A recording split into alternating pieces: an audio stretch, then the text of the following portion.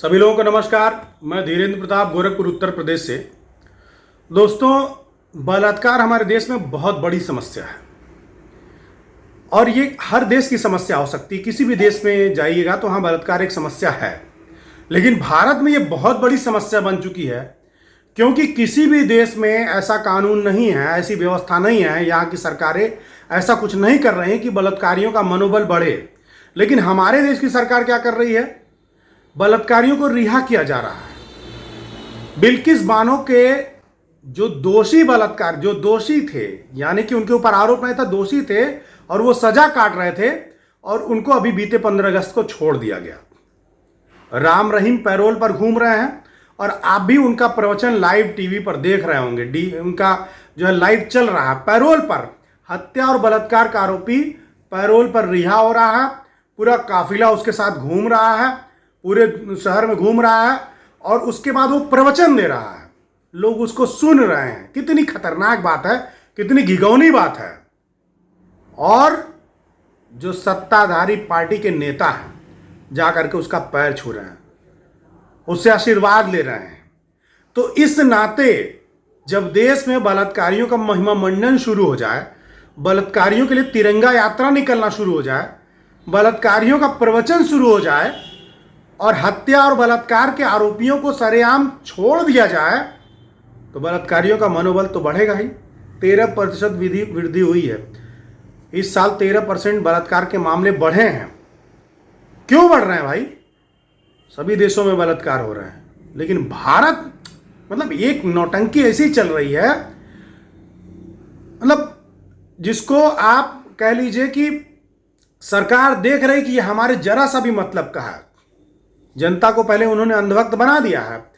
जनता के मन में सेंटिमेंट भर दिया है कि हिंदू है तो उसको रियायत मिलेगी। और ऐसा केवल बलात्कार के मामले में नहीं हो रहा है, दंगों के मामले में भी हो रहा है।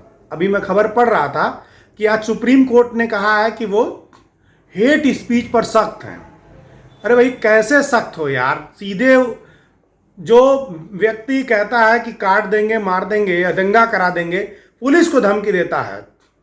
कपिल मिश्रा दिल्ली में दंगा का मास्टरमाइंड आजाद घूम रहा है, कह रहा हूं हम हेट स्पीच को लेकर के सख्त हैं।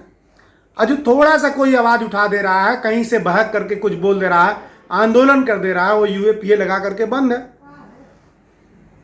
यूएपीए में 2% लोगों पर भी आरोप नहीं तय कर रही पुलिस, तो किस तरह से आप सख्त हैं?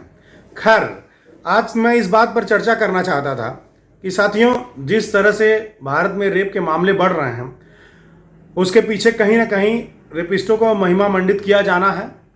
इन रेपिस्टों के पक्ष में जब लोग उतरने लगे हैं, तिरंगा यात्रा निकालने लगे हैं, इनका प्रवचन लोग सुन रहे हैं, इनके छूटने पर इनको मालाएं पहनाई जा रही सत्ताधारी पार्टी के लोगों के द्वारा, तिलक चंदन लगाया जा रहा है। ऐसे में देश को रेप कैपिटल बनने से कोई रोक नहीं सकता है।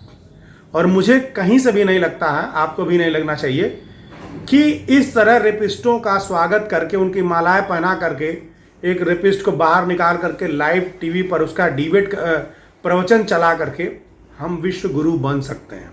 विश्व गुरु तो छोड़ दीजिए, हंटर इंडेक्स से लेकर के खुशहाली के मामले में लेकर के रुपए की बदहाली के मामले में हर जगह नीचे गिर रहे हैं। गोदी मीडिया आपको कुछ बता नहीं रही है, लेकिन जरा सी भी थोड़ा बहुत जो इज्जत है देश की हमारे, वो खत्म हो जाएगी, खत्म हो भी रही है।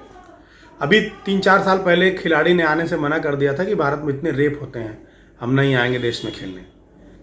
विदेशों में ये मतलब लोगों के, भारतीय लोगों के तस्वीर बन रही है भारत की, वो एक रेप कैपिटल की बन रही कि ये रेपिस्टों का देश हो रहा है, होते जा रहा है। और ऐसे में जब रेपिस्टों का महिमा मंडन किया जाएगा, उनको सम्मान दिया जाएगा, रेपिस्टों को जेल से निकाल करके काफिले में घुमाया जाएगा, टीवी पर प्रवचन कराया जाएगा, तो स्थिति और खराब होगी। मुल्क आपके हाथ में है, देश आपके हाथ में है, वोट की ताकत आपके हाथ में है। बदलिए, कुछ बदलाव लाइए। हिंदू मुस्लिम छोड़िए, हिंदू मुस्लिम के राजनीति से उठ करके देश की जो अन्य समस्याएं हैं उस पर बात करिए, उस पर चर्चा करिए। हिंदू मुस्लिम की चर्चा करने वाले जो टीवी डिबेट, उनको देखना बंद कर दीजिए। ये जो रेप कैपिटल हमारा देश बनते जा रहा है, बेरोजगारों का अड्डा बनते जा रहा है हमारा देश, इस पर बात करिए, इस पर काम करिए। देश आपके हाथ में है, जैसा आप देश बनाएंगे वैसा ही आपका भविष्य होगा। आपने मेरी बातें इतनी देर तक सुनी, आप सभी लोगों को धन्यवाद।